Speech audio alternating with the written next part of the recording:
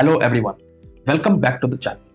In the last video, we have discussed in detail about the workflow of the JWT authentication and how the things work, right? Here we will start to implement the JWT authentication process, okay? And also this will be the first part because the whole implementation is so big that it would require 2 videos. So in this part, we will implement the core of the authentication and authorization thing. Okay. So let's see what we will be doing here. First, we need dependency for JWT. Then we need a user model. So till now we have a movie model, which is our application based thing, right?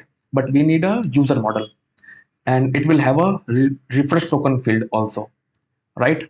Then we will have a user repo. Then we will have a refresh token also will have its own model, and the reason behind is that it is you can say a design choice. Okay, you can just keep it in the user model, but to interact with a different database for refresh token is, I would say, more better than every time calling the user database for the refresh token.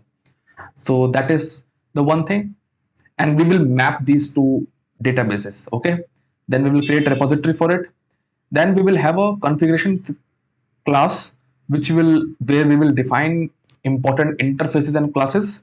So we will see what is required and why we are defining it. Then there will be a JWT service class which will define the methods which are required for, which will provide various methods which will help in generating the tokens and for validating it and for extracting the information out of the token. Okay. Next will be refresh token service. So like JWT token, which is basically an access token, we also need a refresh token service which will provide the refresh token based methods, and then we will have an auth filter service. So this auth filter service is like a filter which will intercept the request which is coming and will validate whether the access token is valid or not, and then it will direct the request to the proper controllers and request handlers. Okay, so these are the core services that we will be implementing in this video, and in this next one we will cover the rest of them. So these are the dependencies that is required. Don't worry, I will push all the code into the on the GitHub, and I will provide the link. I have already given the GitHub link in the community section, so you can check it out from there also. Here in the description also I will put that GitHub link. Okay, so let's just copy these dependencies and put it in our application. So here is pom.xml. So these are the dependencies which is coming from core JSON Web Token official library.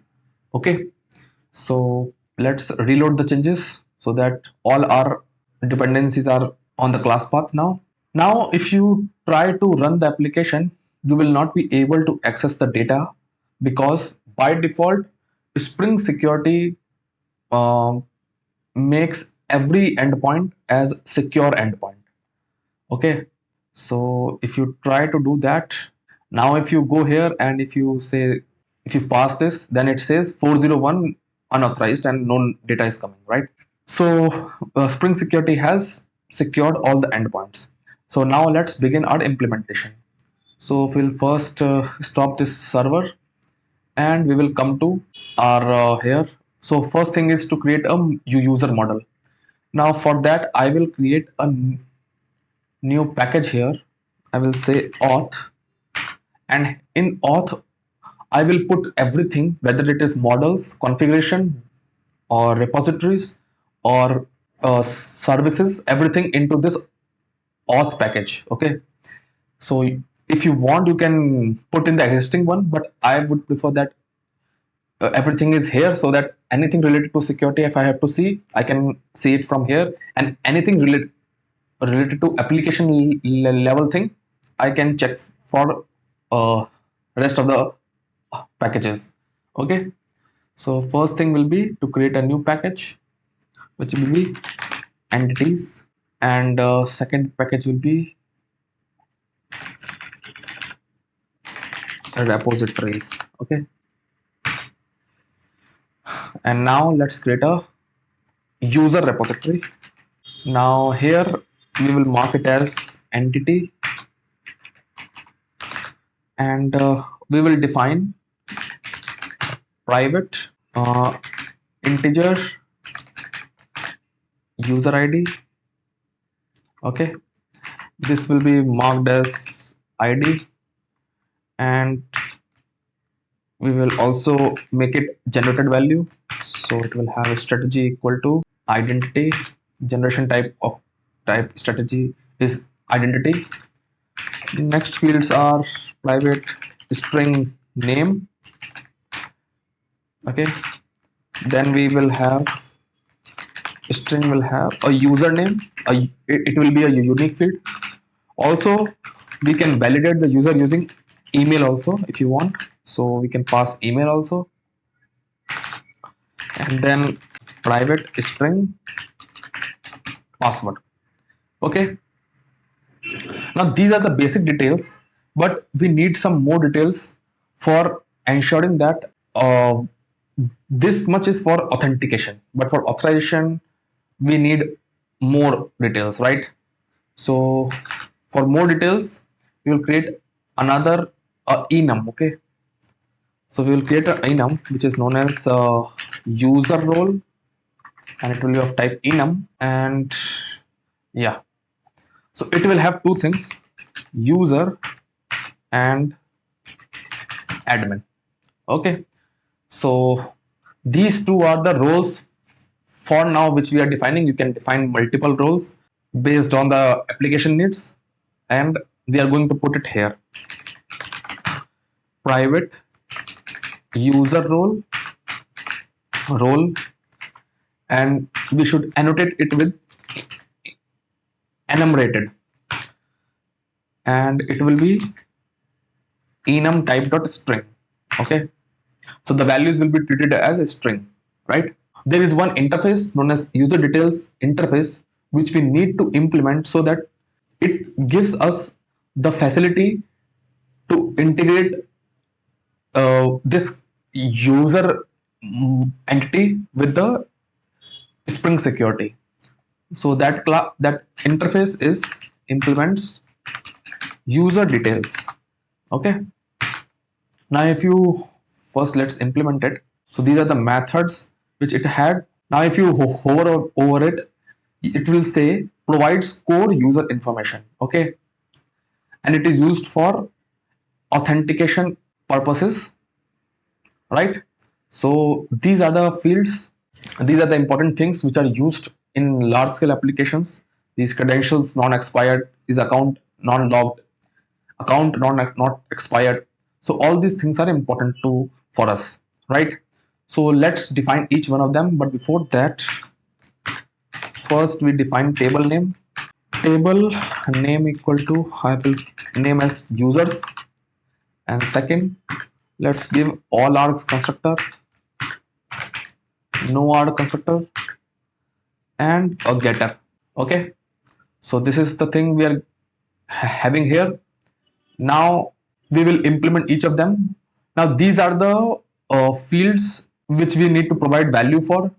So you can just simply write true, but I would prefer that each field should have its own field name in the user table. Okay, so for that purpose we can use a private boolean is enabled, private boolean, and let's get all these fields. So first, account non expired, then account non locked, and finally is credentials non expired. So private boolean is credential non-expired. Now by default these fields will be set to true. Okay, so we can mark these as true also, so that by default user should not be locked. That we have to ensure. Okay, so we will just say is account non-expired, is account not locked, is credentials not expired, and is enabled. Now for getting username and password, so you can either use the unique username or you can get the unique email. So I would be using a unique email, so let's write get email, or better would be just to pass and field. Okay, here sorry, for here it will be password. Actually here will be email in terms of username. Okay, now we have put the spring starter validation, so let's use them and ensure that these are not blank. Okay, so message, simple messages you can write for now, so that, and copy paste over here to ensure all the validations are in right place. Now username and email both should be unique, so you have to come to here, column, then unique equal to true, come to here, column, here unique equal to 2.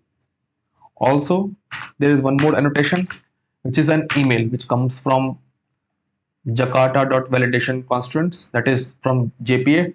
So you don't have to put the email format or the regular expression for the email checking. This annotation will check for you. So here message can be please enter email in proper format. So this is all we have ensured that it is done. Also for password, there is one more thing that you can do, which is for size. You can have minimum size as like 5, and then you can put a message, the password must have at least 5 characters. More strong validation you can put to have more stronger password, but for now let's go with this. Later we will check how to do that also. Okay, but for now let's go it. And of course one more field is remaining, which I will put here, which is private refresh token. Okay, now this will be a entity, so let's create a class of it, and we will mark this as entity.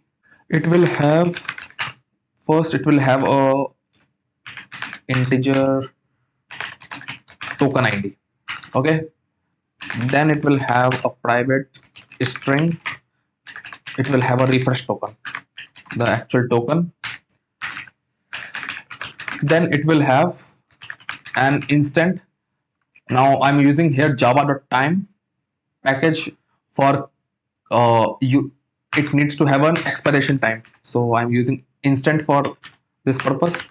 So expiration time, and finally it will have a user, and we have to mention here 1 to 1, and here we need to mention id at generated value strategy equal to identity. Okay, and for these columns we have to ensure that these columns are not null, and the length let's put it more, so that if a refresh token is a big strings which with more number of characters, then we can put it into the column. Okay, also not blank, please enter a refresh token value. It will be a message. Okay, please enter refresh token value. This also can't be a, it cannot be null, so nullable is equal to false. So these things we have done. Now here we will also do a mapping, so 1 to 1 we need to define here, and we will specify that it is mapped by user. This user variable is a variable here which the JPA will detect, and this user variable is this one. So if you change the variable name here, then you need to change it here also. Okay, so this is one thing that you should know. Right, now we have to create a repository of both of them. So let's create a repository. So first is user repository. It will be an interface. It will extend JPA repository, and with integer, with user and then integer, and we will have second repository as refresh token repository. Okay, so it will also extend JPA repository. It will have refresh token and IDS len integer. Okay, so this model we have created, and user and refresh token, two models are created. Now next thing we have to do is application configuration. So first let's create a configuration class along with package. So config dot application config. Okay, now I'll tell everything that why this is required. To mark this class as configuration, you will need to put a configuration annotation. So first thing is that we need a bean or an object of the user details service for fetching for allowing the Spring to load all the user details actually. Okay, so if you go over this user details service, okay, if you import this class, and you will see it says core interface which loads user specific data. It is used throughout the framework as a user DAO and is the strategy used by DAO authentication provider. So we need to load user specific data across our authentication services. Therefore, this bean is required. And then we will just return a lambda. Okay, because it is an, you can see here it is an interface, so we need to provide its implementation. So we will provide the implementation in terms of lambda expression. If you want to revise your lambda expression, you can check the playlist Java course 2023. We have discussed there. So we need user repository to get the user details. So let's get it here. So private final user repository.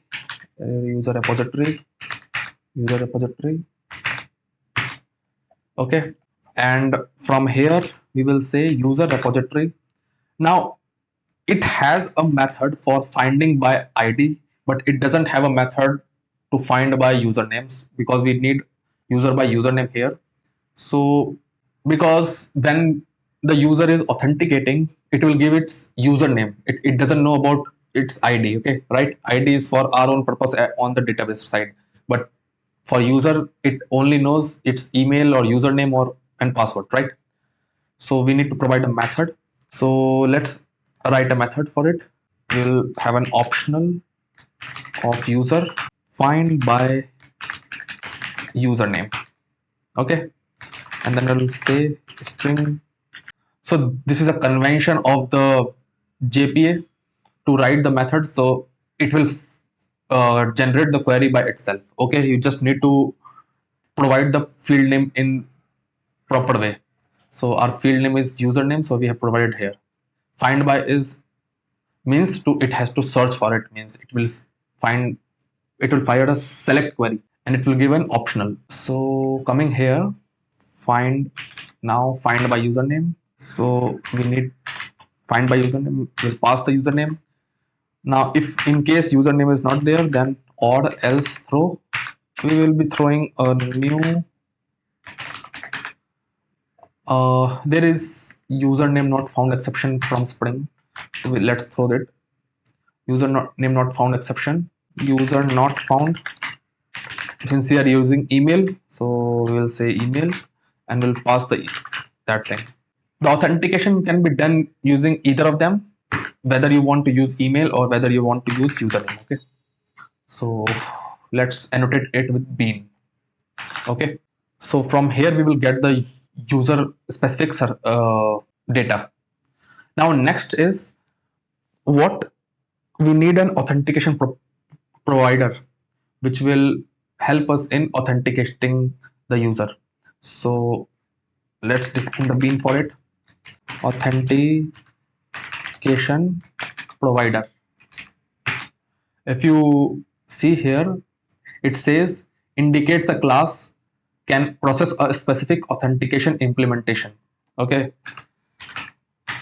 and you have just seen here that this user detail service is used as a user DAO. So there is a provider known as DAO authentication provider we have to use. So let's use that. So DAO authentication provider, we'll say authentication provider equal to new DAO authentication provider, and to authentication provider we will say set user detail service as user details. We will call this method. So it will set all the user details from the database. And also one more thing that we need to provide is we need to set up the password encoder. Okay, so for that we need another bean, and just let me first return this authentication provider and mark this it as a bean. So we need another bean of password encoder, public password encoder, and we'll just say password encoder, and it will read, and we will be using new bcrypt password encoder. Okay, we will return an object of it, right? So we can just call the method. We don't want to save our password in the raw format, we want it to encode it, so we are using the bcrypt password encoder. You should use some kind of password encoder, whatever your application or your organization wants to. Okay, just don't save your password in a raw format. That's highly insecure way to do things. Okay, and finally someone needs to process the authentication request. So for that we need an authentication manager. Okay, I know it must be getting a too much for you, but once you get with this all configuration, it is a one-time configuration. Okay, once this is done, everything is set, then you can provide anything. Okay, so authentication configuration, and it will return config dot get authentication manager, and it will throw an exception. So let's also throw an exception. So this authentication manager, if you see here, it processes an authentication request. So whatever authentication request comes, whenever you send an username and password for the authentication while doing login, it comes to authentication manager. Okay, this authentication manager will process this authentication request, and if it is correct, it will use the authentication provider to do so. So that's how the flow goes, right? So these are the application level configuration which is used here. And since we have discussed, if you see, if I just open the last diagram that we have seen, here I've said that Spring Security verifies credentials, issues access and refresh tokens, validate access and token and claims, right? So it is this layer where the authentication provider is there. So you are sending your request with credentials. So here authentication manager is first sitting, and it will say, okay, this is your credentials, so I will verify it. So it verifies using authentication provider, and authentication provider gets the details from user detail service, right? So each one of them is dependent on each other. Okay, so this is how we have configured it. Now the next step, if you see, comes JWT service. So I'll create a service here, service package, and we will have a JWT service. We will annotate it with service. Okay. Now this JWT service is common utility class when you are using the standard JSON Web Token library. Okay, so I will just copy paste the existing code that I have because it is common across anything that wherever you see. Okay, for you whenever you are using JWT related authentication. Okay, so I have copy pasted here all the code that is required. I'll explain you, but and I will push this code also in the GitHub so you can just take it from there. But the main thing is to understand this code rather than writing the whole thing, because this is common across whenever you are implementing the JWT authentication into your system. This will be the common utility service. Maybe something, there will be some changes. I will tell you where it can be, but normally it will be the same. Okay.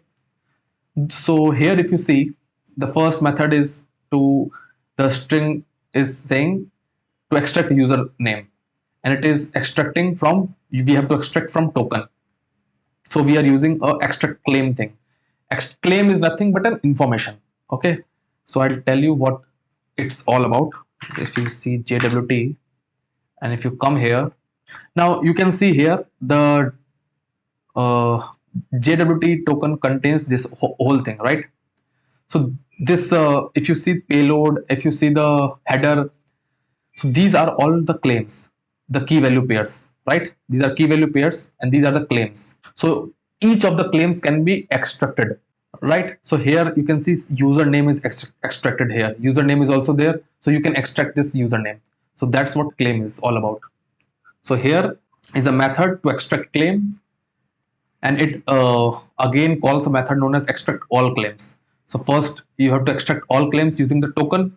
So you first parse the JWT, then you provide a signing key, and then finally you get the body of whole thing. So body means all these things, payload and all, right? And from there, claim resolver dot apply method you do, because it is a kind of function, you get the actual username. Okay, so that's how things are done. Now sign-in key is how you sign your JWT. You need to sign the JWT using a secret key which only you know.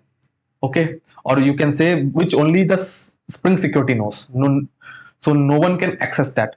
So that kind of that is a secret key. I have created the secret key like this.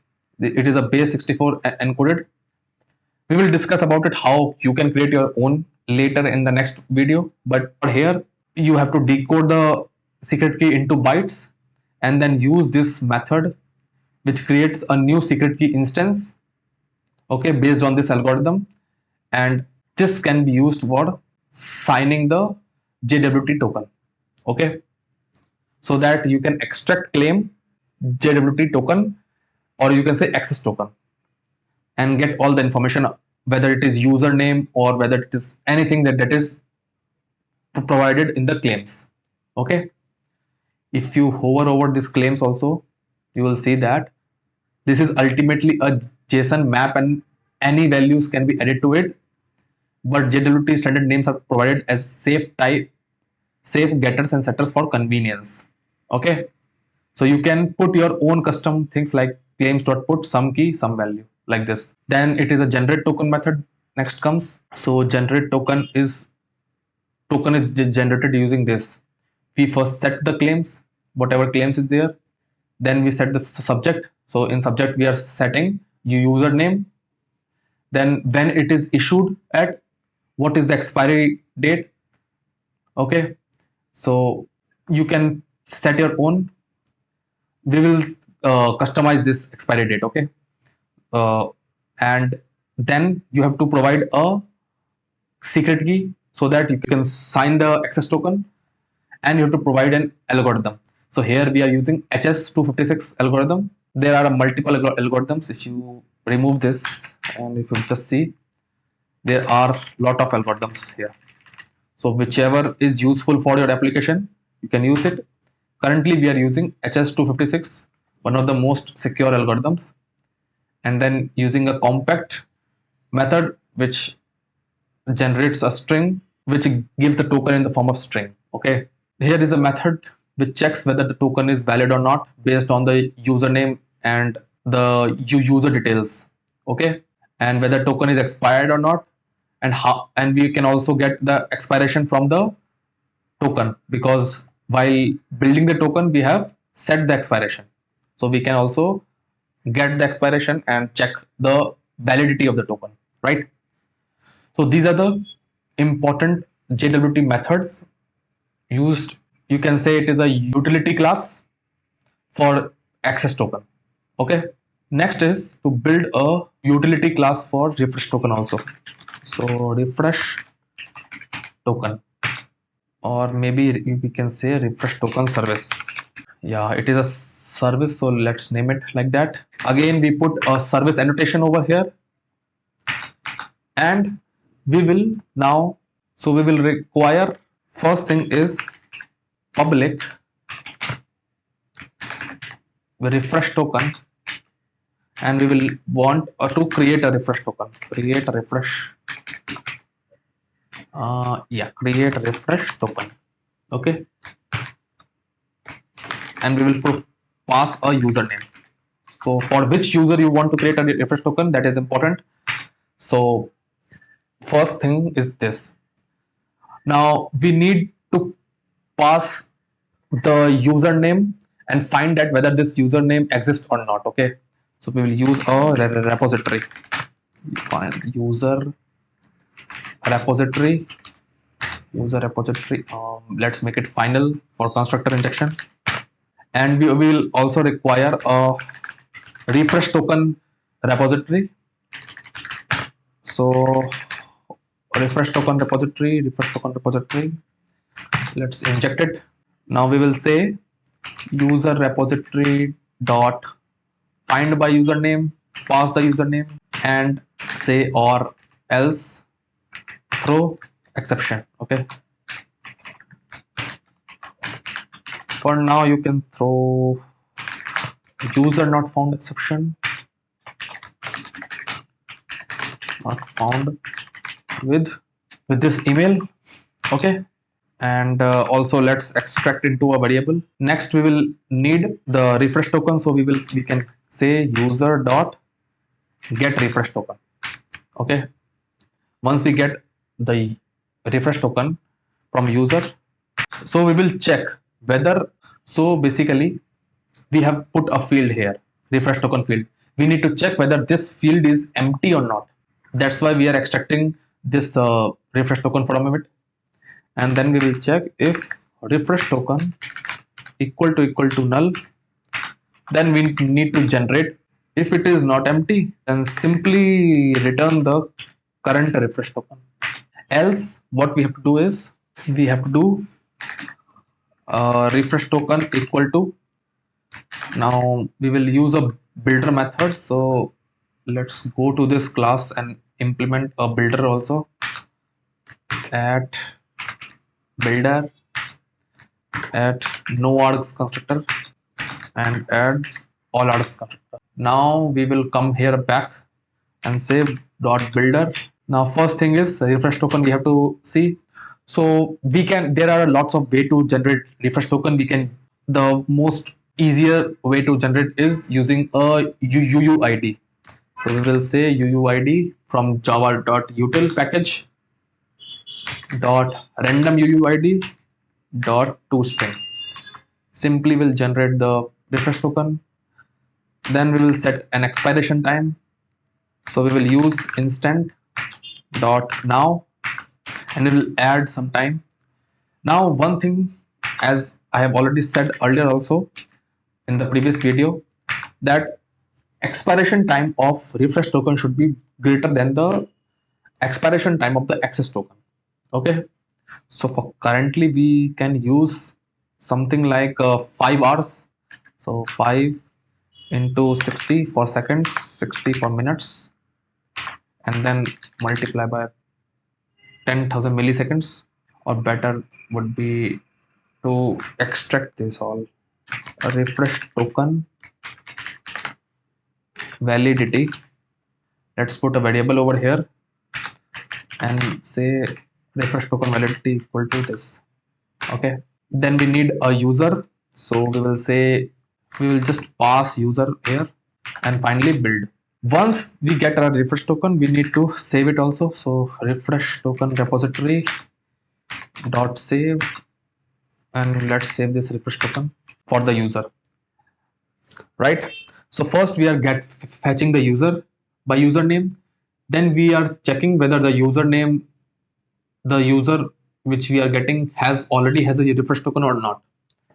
If it doesn't have, then we will generate it for it and we will save it in the database. If it already exists, then we will just return the existing one, right? So this is the first method, and second will be it will again will provide a refresh token, and we will say verify refresh token. Verify refresh token. So we need to actually provide this token. Okay. So if you go to this model, the actual refresh token is a field here, right? So we need to actually provide this one into the parameter so that we can check it. How we will check? We will say refresh token repository. Now we need to find the by refresh tokens, but this repository has find by ID, not by refresh token. So we will create a method.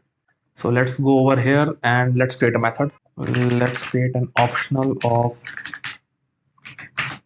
a refresh token find by a refresh token, and we'll pass a refresh token. Okay, so it will, once we pass our refresh token, it will search for that if that refresh token exists or not, and we will get the object for it, find by refresh token, pass the refresh token that we have, and then introduce a variable. Okay, no, we don't need an optional, we need just refresh token. We will say refresh token, or just write ref token, and here we need to say or else throw new runtime exception token not found. So it means refresh token does not exist. And now in case of this ref, if it is found, then we will check that we have not put a getter over it. Let's put a getter also. So we will say get expiration time. So get expiration time, and then we will compare this expiration time with current time, instant now, and we will see whether this is less than 0. So if it comes out to be negative, it means that the time is expired. So in that case, what we need to do, if we have a refresh token and if its expiration time is gone, then that refresh token is of no use. We need to issue the refresh token again, right? So first we will delete the refresh token from the database. So we will say refresh token repository dot delete this one, and then throw a new runtime exception of a refresh token expired. So user needs to generate another one. Okay, whether it is a case of a refresh token not found, or whether it is a case of the refresh token is expired, in both the cases user need to generate a new token. Okay, in case everything is okay, just return the refresh token. That's it. Okay, so these are the two methods that we have that is important for the refresh token service. Now if we go over here, then the last thing that remains is auth filter service. So let's implement this also. So we'll say auth filter service and mark it as @service. Now why this class is required and why we are using this? So the thing is, if you come over here, Here authentication process is done. Okay, but the thing is, again, if you are asking for a request to access data and services and you are actually giving a token, it needs to validate that. Okay, now authentication manager can authenticate the request with credentials.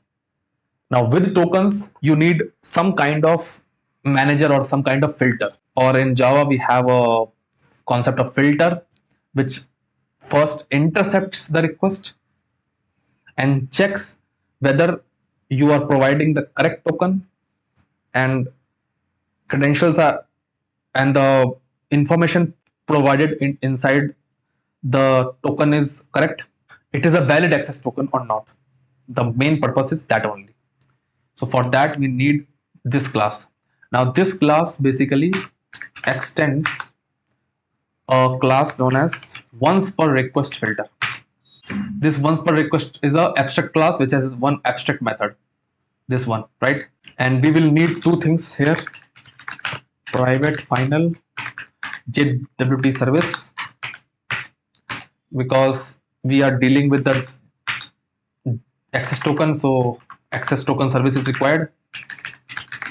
And second thing we will require is private final user detail service, because it loads user specific data, so we will of course need user specific data for it. Now let's understand the flow. Now how will you pass the JWT token?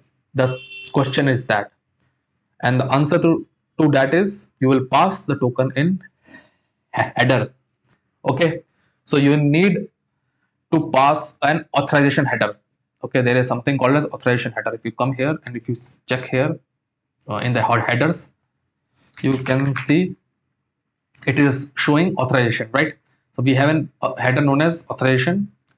Here we pass the JWT token, access token. Okay, first we need to get the value of the token. We need to extract the token from the header. Now this header is in the request, so we can get this header from the request, right? So we will say final string auth header equal to request dot get header.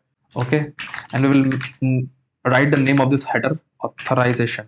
So Spring Security will check for a header with the name authorization. Okay, and it will take it out. Then we need to check whether the authorization header is having some token or not.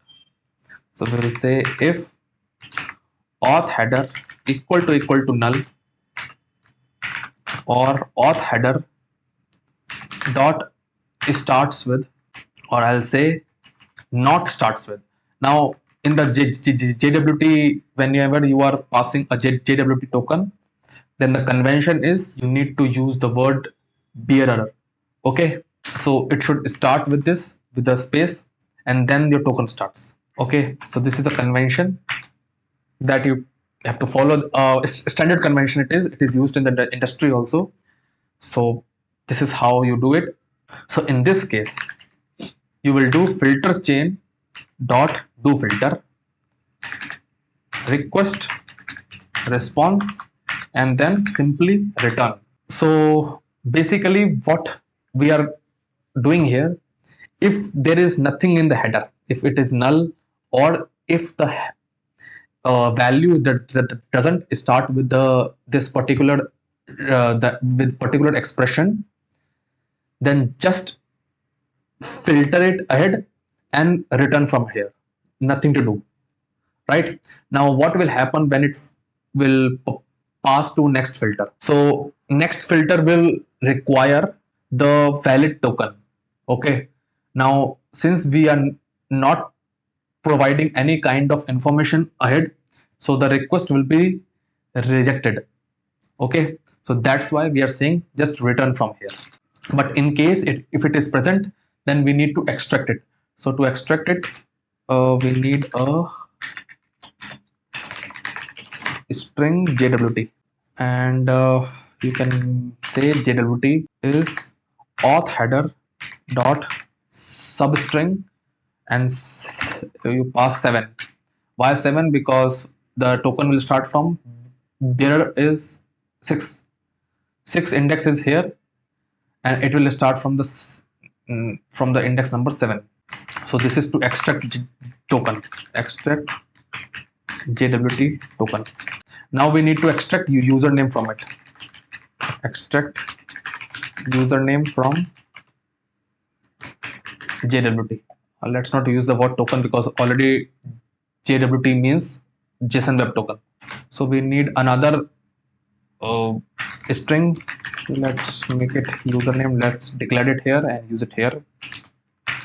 Username equal to JWT Service dot extract username, right? And we will pass the token.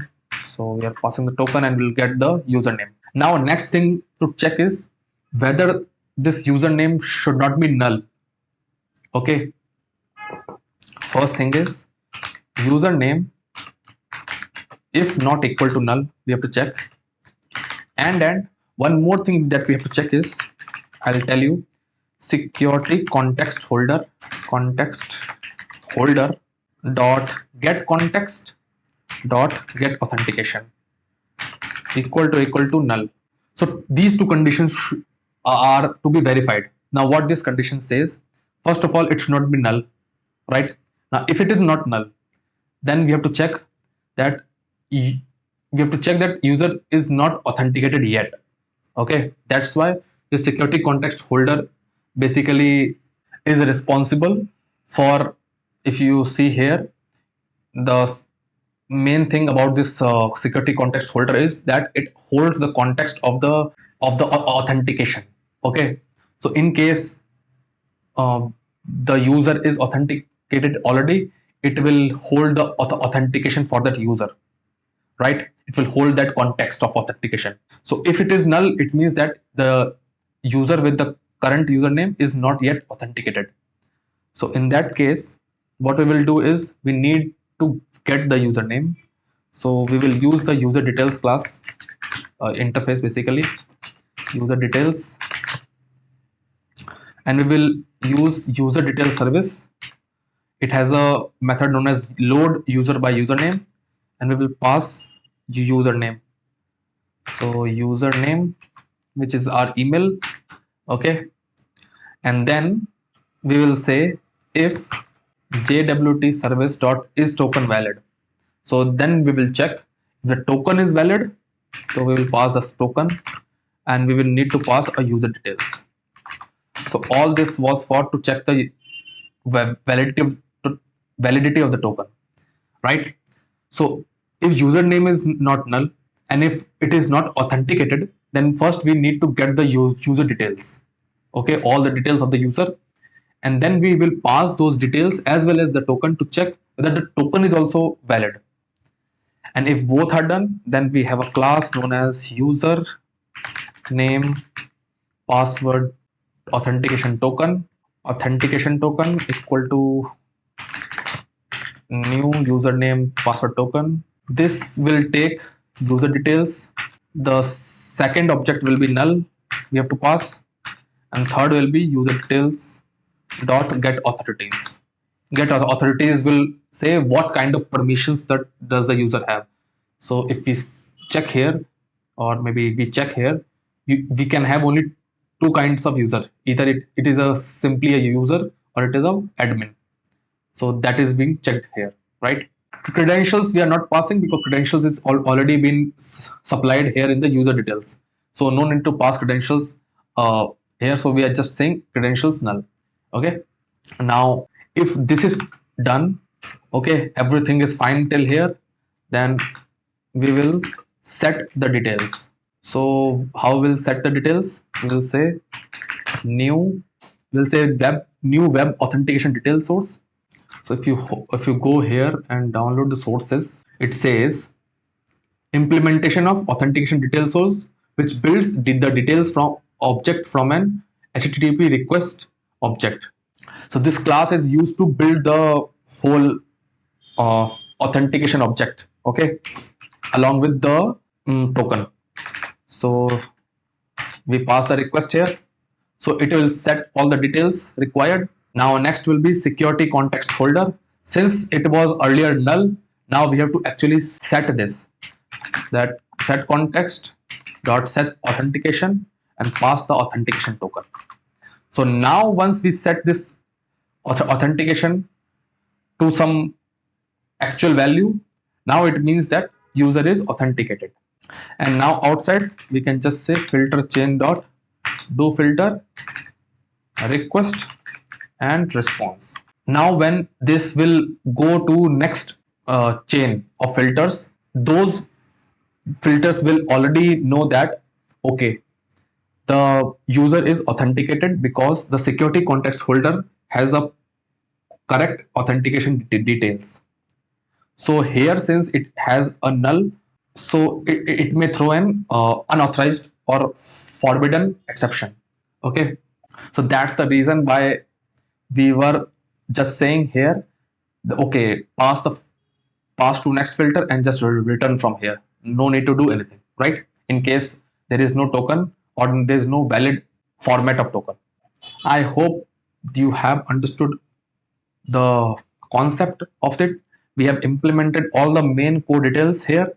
Now only thing remaining is to how we will log in, how we will register the user, how we will log in the user. And if the access token is, we have to generate few controllers which will log in, register, and will generate the refresh token. That's the only thing that is remaining. So the video is already so long, so we'll continue in the next one. Okay, but I hope you have understood the whole flow. Let me just quickly summarize each and everything. First, we have created this user model which implements the user details, okay, because to provide core user information to Spring Security, right? And we defined our user role enum, in which we have provided the authorities that can be assigned to any user. So this is the first thing. Second thing is, we have created a model of refresh token, and it has a refresh token and expiration time and mapped with user model. Then we created the user repository and token repository. Then we did application configuration, because for authentication we need an authentication manager bean. This authentication manager bean requires authentication. We need to define an authentication provider for authentication manager to use that provider to process the authentication request, and it requires a user detail service. So this user detail service loads user specific data for authentication. Okay, and we are using a bean of password encoder so that our password is encoded. Okay, we are not saving raw password. So this much is done. Next is JWT service, or you can say access token service also, you can say it. So we are defining a secret key here. You can provide any secret key randomly, but if you want to generate a particular secret key like something like base 64 encoded, then we will discuss in the next video. Okay, so this is a secret key we have defined. We are extracting username with all the claims. So all the methods are now to extract claims. We are parsing the given token using the key, and when we are giving the key, it will check that if the key is valid or not. So only this secret key can only if this secret key is there, the value of the secret key is this, then only we can extract the claims. Otherwise we cannot do. So that's what it means to check here. Okay, and we are generating the key from here, okay, by decoding the secret key.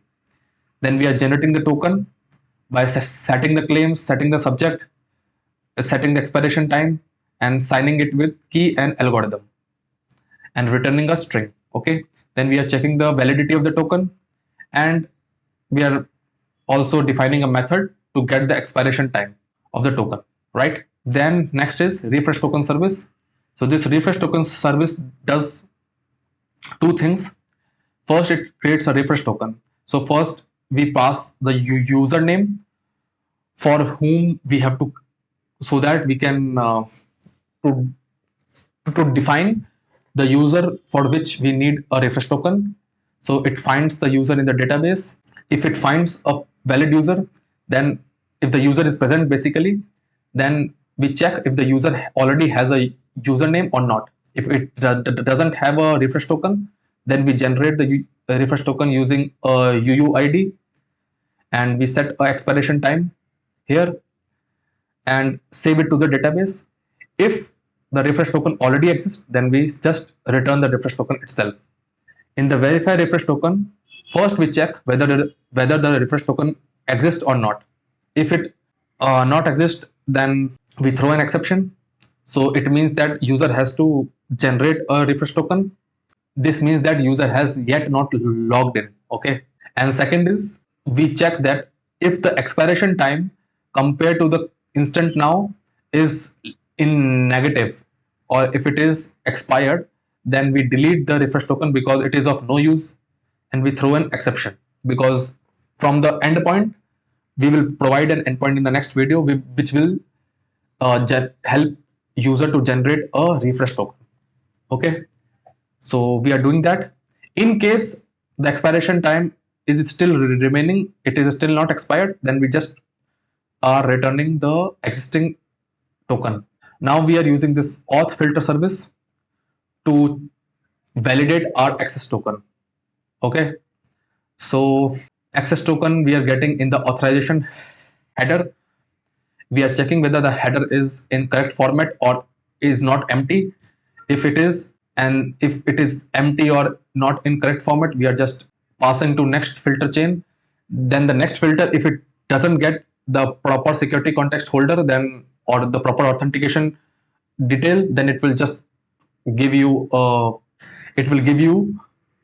forbidden or unauthorized exception. Okay, and your request will not processed. Okay, if the authorization header is correct, then we extract the token from it, we extract username from it. And in case the username is not null and user is not yet authenticated, so to authenticate the user, we need to get the user details, okay, which we are getting using the user detail service. After getting this, we first check the validity of the token. If the access token is valid, then we are using this username password authentication token to validate the user using its user details and authorities. We are setting up the details, and then in the security context holder, we are setting up the authentication so that the user gets authenticated. And when we pass this to next filters, they know that okay, the user is authenticated, and then the response can be processed and you get the proper response or access to the data or resource that you are trying to access. Okay, so this is the core of whole JWT or access token and refresh token. Now we just have to build the endpoints, which we will do in the next one. So I hope you have enjoyed the video. And if you like this explanation, if you like the video, so subscribe to the channel. If you are new here, press the like button. I'll see you in the next one. Till then, bye bye.